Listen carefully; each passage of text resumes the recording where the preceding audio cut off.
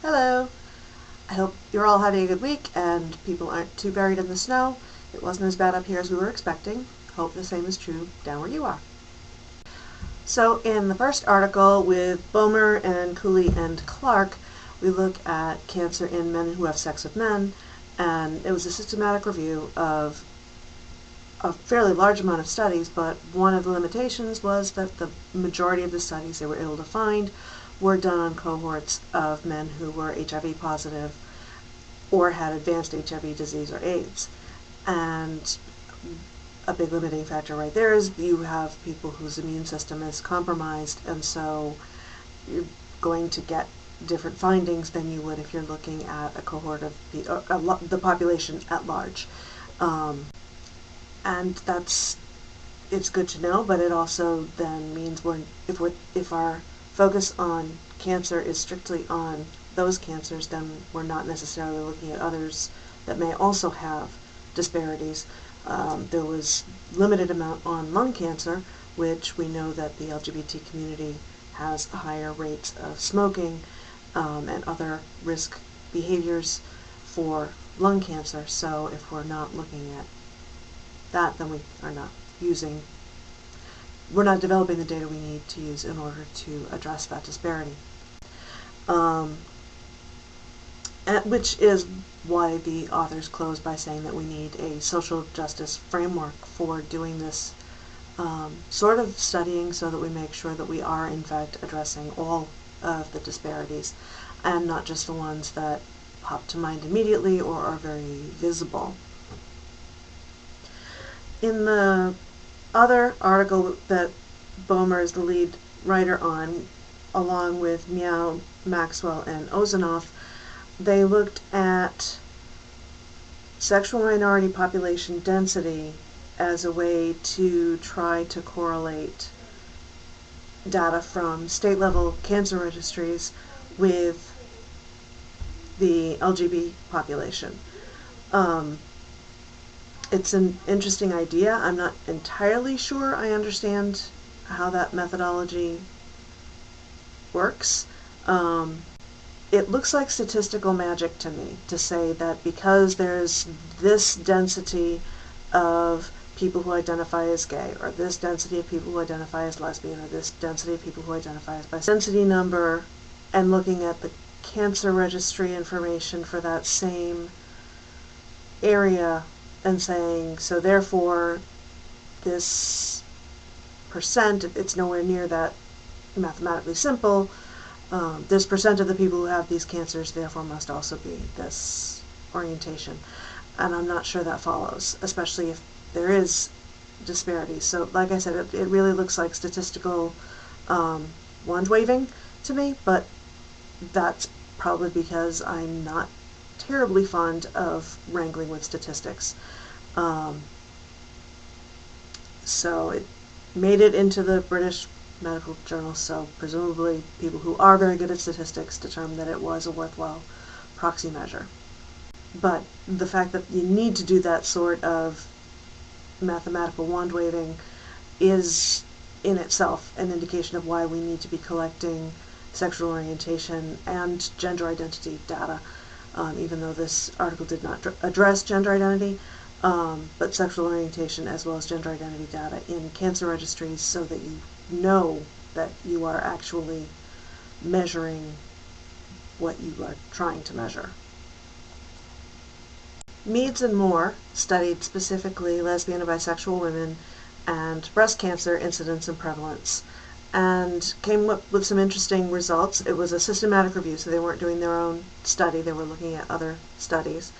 And they found a lot of conflicting information, which is very interesting because that's one of the things that you sort of, if you have any familiarity with this field of study, that's one of the ones that people usually name right off, is that lesbian and bisexual women are at higher risk for breast cancer. It was very surprising that they found that there were conflicting data. There were data showing that yes, there's increased incidence, others saying not so much. So we definitely need better data than what we currently have, and part of that comes back again that of course we do need to be collecting sexual orientation and gender identity data in cancer registries. Coming to chapter 21 of our textbook, the discussion of sexual minority women and cancers continues, and ultimately it talks a lot more about, we know more about the risk factors that sexual minority women are more exposed to, such as obesity, nulliparity, smoking, and alcohol use. So we know that the risk factors are higher, and so there are suppositions about what cancers are more likely that we should be looking out for, but we don't have solid data to say for sure. And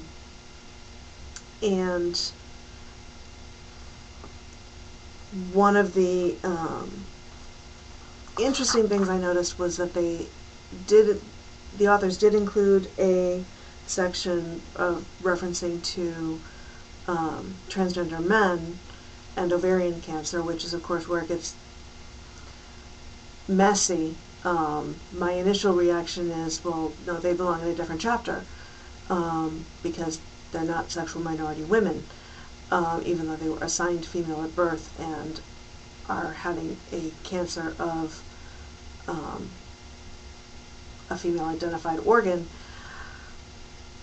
And then the question is raised whether it could be related to hormones, and we don't know. We know even less about what the cancer risks are for people who are transgender than we do for people who are sexual minorities. We know that it's an issue.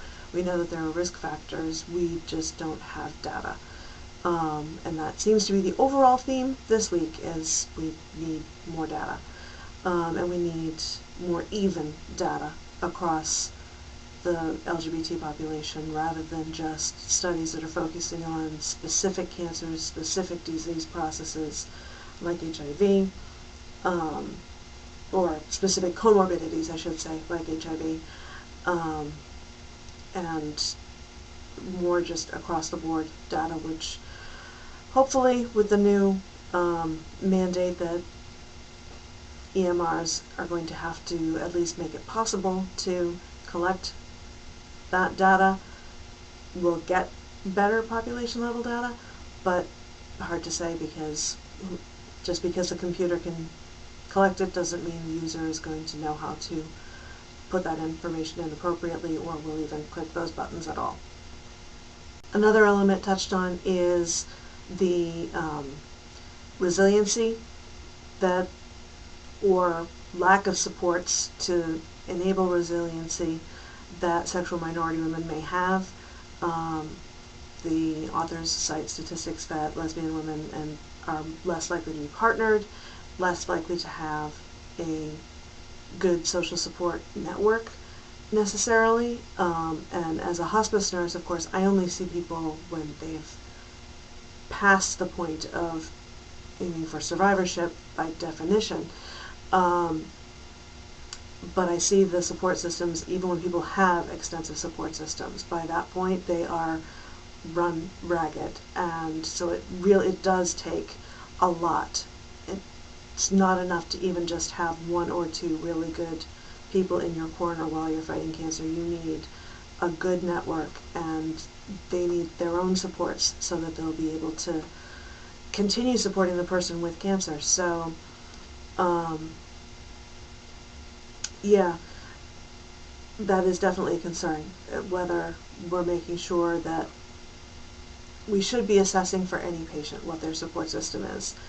But if somebody isn't sure what they're safe to disclose, then we're not going to get good answers that would enable us to link them with necessary support services. They've lost contact with their family of origin because of rejection, because of being a sexual minority woman, or really any gender or sexual minority. Even though this chapter was specifically on sexual minority women, it really would be true across the board.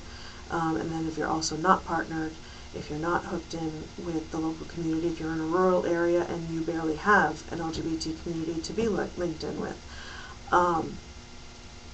then making sure that some sort of support is available would be something that providers should be looking for, but don't necessarily know to look for. That's it for this week.